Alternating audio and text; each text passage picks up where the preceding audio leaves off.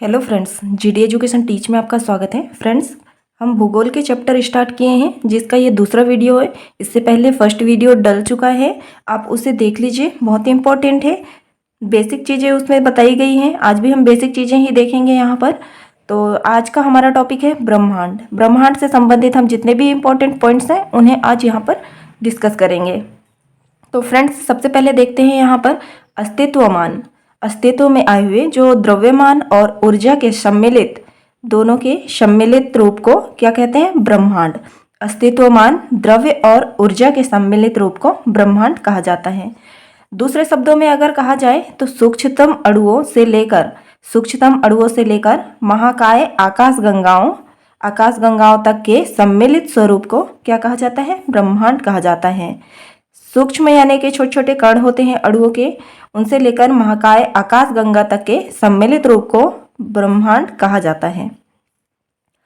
Next देखते हैं, ब्रह्मांड की उत्पत्ति से संबंधित कुछ सिद्धांत दिए गए हैं।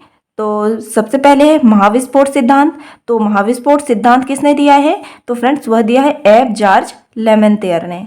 यह बहुत ही इंपॉर्टेंट है, तो आप इसे याद कर लीजिए। नेक्स्ट है साम्यावस्था या सतत सृष्टि सिद्धांत, जिसे स्थिर अवस्था संकल्पना भी कहा जाता है। यह किसने दिया है? तो यह दिया है थॉमस गोल्ड और हर्मन बॉडी ने। नेक्स्ट देखते हैं फ्रेंड्स,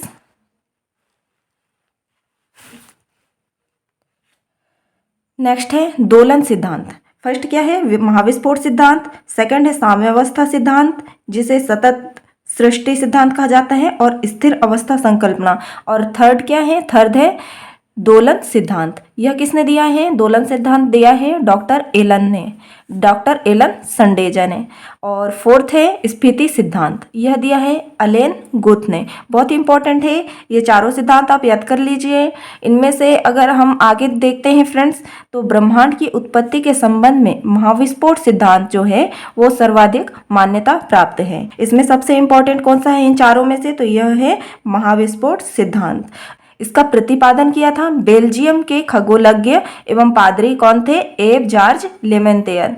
इन्होंने महाविस्फोट सिद्धांत दिया था, और बाद में रॉबर्ट बेगोनेर ने इस सिद्धांत की व्याख्या भी की थी। किसने की थी? रॉबर्ट बेगोनेर ने इस सिद्धांत की व्याख्या की थी। सबसे पहले किसने दिया था? एफ जॉर्ज लेमेंतियर ने दिया था महाविस्फोट का सिद्धांत। और इसकी सिद्धांत की व्याख्या किसने की बाद में? तो वह की थी रॉबर्ट बेगोनेर ने। तो महाविस्फोट सिद्धांत के अनुसार देख लेते हैं फ्रेंड्स हम, तो यह क्या कहता है? फर्स्ट देख लेते हैं हम। फर्स्ट सिद्धांत, आरंभ में वे सभी पदार्थ जिनसे ब्रह्मांड बना है, वे सभी पदार्थ जिनसे मिलकर ब्रह्मांड बना है, तो वे अति छोटे गोलक के रूप में एक ही स्थान पर स्थित था। किस स्थान पर थे? एक ही स्थान पर स्थित था, जिनका आयतन अत्यधिक सूक्ष्म एवं तापमान तथा घनत्व अनंत था। सेकंड सिद्धांत देख लेते हैं, अत्यधिक संकेंद्रण के कारण बिंदु का आकस्मिक विस्फोट हुआ। अत्यधिक संकेंद्रण के कारण बिंदु का आकस्मिक विस्फोट हुआ, अचानक विस्फोट हुआ, जिससे महाविस्फोट, ब्रह्मांडीय विस्फोट कहा गया है। इस अचानक विस्फोट से पदार्थों का बिखराव हुआ। जब यहाँ पर विस्फोट हुआ तो पदार्थ तो बिखरेंगे ही, तो इसका बिखराव हुआ, जिससे सामान्य पदार्थ निर्मित हुए। इसके अलगाव के कारण काले पदार्थ बने, और जिनके समूहन से अनेक ब्रह्मांडीय पिंडों का सृजन हुआ। और वैज्ञानिकों का विश्वास है कि महाविस्फोट सिद्धांत की घटना आज से 13.7 अरब वर्ष पहले हुई थी, और महाविस्फोट के लगभग 10.5 अरब वर्ष पश्चात, यानी आज से 4.5 अरब वर्ष पूर्व सौरमंडल का विकास हुआ, जिनमें ग्रहों तथा उपग्रहों का निर्माण हुआ। इसी महाविस्फोट सिद्धांत से ग्रह और उपग्रह बने, और इस प्रकार बिग बैंग परिघटना से ब्रह्मांड की उत्पत्ति हुई, और तभी से उनमें निरंतर विस्तार जारी है। और इसके साक्ष्य के रूप में आकाशगंगाओं के बीच बढ़ती दूरी का साक्ष्य दिया गया है। तो नासा ने 2001 में मैप, जिसे क्या कहते हैं, माइक्रोवेव एनिसोट्रॉपी प्रोब कहा गया है, नामक अनुसंधान में इसकी पुष्टि की।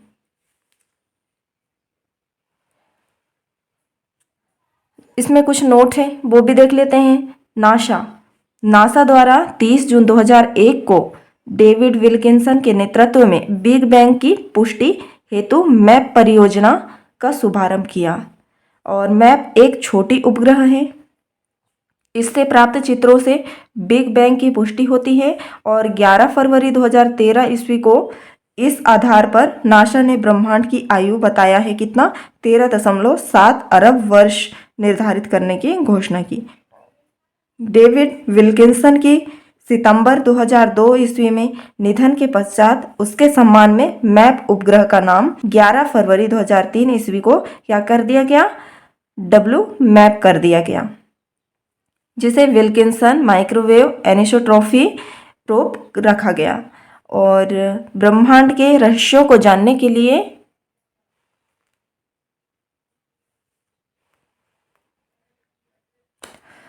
ब्रह्मांड के रहस्यों को जानने के लिए 30 मार्च 2010 को European centre for nuclear research ने जेनेवा में पृथ्वी की सतह से 50 से 175 मीटर नीचे 27.36 किलोमीटर लंबे सुरंग में लार्ज हैड्रन कोलाइजर जिसे LHC कहा जाता है नाम का महाप्रयोग सफलतापूर्वक किया। और सितंबर 2008 में यह महाप्रयोग असफल रहा था।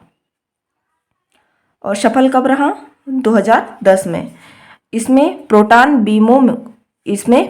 बीमों को लगभग प्रकाश की गति से टकराया गया था। प्रोटॉनों को एक दूसरे से टकराया गया था और हिग्स बोसान के निर्माण का प्रयास किया गया था। और माना जाता है कि गॉड पार्टिकल के नाम से जाना जाने वाला यह हिग्स बोसान में ही ब्रह्मांड के रहस्य छुपे हैं, क्योंकि यह सबसे बेसिक यूनिट माना जाता है इसका।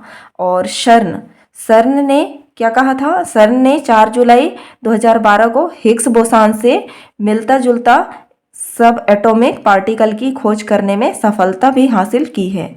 और इससे ब्रह्मांड के रहस्यों को जानने के विषय में महत्वपूर्ण उपलब्धि माना गया है। और फ्रेंड्स यहाँ पर एक नोट दिया है, तो नोट देख लेते हैं। ब्रिटिश वैज्ञानिक हिग्स बोसान ने 1964 ईस्वी में कॉस्मोलॉजी समझने के लिए गॉड पार्टिकल्स परमाणविक अवधारणा को पेश किया था, जो भारतीय वैज्ञानिक सत्येंद्र नाथ बोस के बोसान थ्योरी पर आधारित था।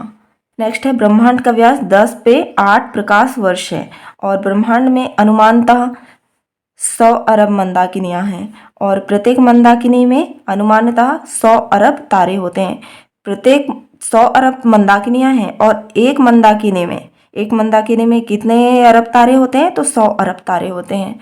और नेक्स्ट देखते हैं, मंदाकिनी किसे कहते हैं, तो वह देखते हैं हम कि तारों का ऐसा समूह जो धुंधला सा दिखाई पड़ता है तथा जो तारा निर्माण प्रक्रिया की शुरुआत का गैस पुंज है, तो उसे मंदाकिनी कहा जाता है। और हमारी पृथ्वी की अपनी एक मंदाकिनी है, तो हमारी पृथ्वी की एक मंदाकिनी है, उसे क्या कहा जाता है, उसे दुग्ध मेखला या आकाशगंगा, जिसे इंग्लिश में मिल्की वे कहा जाता है। अब तक ज्ञात इस मंदाकिनी का 80% भाग कैसा है, तो सर्पिला है, स्पाइरल है।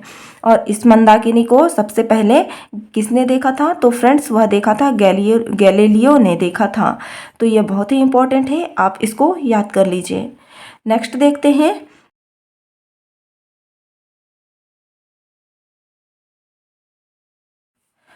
देखते हैं, आकाशगंगा की सबसे नज़दीकी मंदाकिनी को क्या कहा जाता है, तो आकाशगंगा की सबसे नज़दीकी मंदाकिनी को कहा जाता है देवयानी, उसे देवयानी नाम दिया गया है। पर नेक्स्ट देखते हैं, नवीनतम ज्ञात मंदाकिनी कौन सी है, तो नवीनतम जो सबसे बाद में खोजा गया था वह मंदाकिनी है ड्वार्फ मंदाकिनी। क्या है, ड्वार्फ मंदाकिनी, तो आप इसे याद कर लीजिए, बहुत ही इंपॉर्टेंट है। नेक्स्ट है ओरियन नेबुला, यह हमारी आकाशगंगा के सबसे शीतल और चमकीले तारों का समूह है, ओरियन नेबुला। यहाँ पर क्वेश्चन बन सकता है फ्रेंड्स कि हमारी आकाशगंगा के सबसे शीतल और चमकीले तारों के समूह को क्या कहा जाता है, तो वह है ओरियन नेबुला। तो फ्रेंड्स आज का ब्रह्मांड का टॉपिक यहाँ समाप्त होता है। नेक्स्ट टॉपिक लेके आऊँगी मैं सौरमंडल से संबंधित, जो बहुत ही इम्पोर्टेंट है। यहाँ सिर्फ अभी बेसिक बातें बताई गई हैं, आगे और भी इम्पोर्टेंट टॉपिक्स आएंगे, तो आप वीडियो पर बने रहिए। तो फ्रेंड्स मिलते हैं नेक्स्ट वीडियो पे ऐसे ही इम्पोर्टेंट टॉपिक्स लेके। इसके पूरे टॉपिक्स हम कवर कराएंगे। अगर आपका सपोर्ट बना रहा तो आप वीडियो को लाइक कीजिए, शेयर कीजिए। अगर चैनल पर नए आए हैं तो सब्सक्राइब कर लीजिए। मिलते हैं नेक्स्ट टॉपिक लेके, तब तक के लिए धन्यवाद।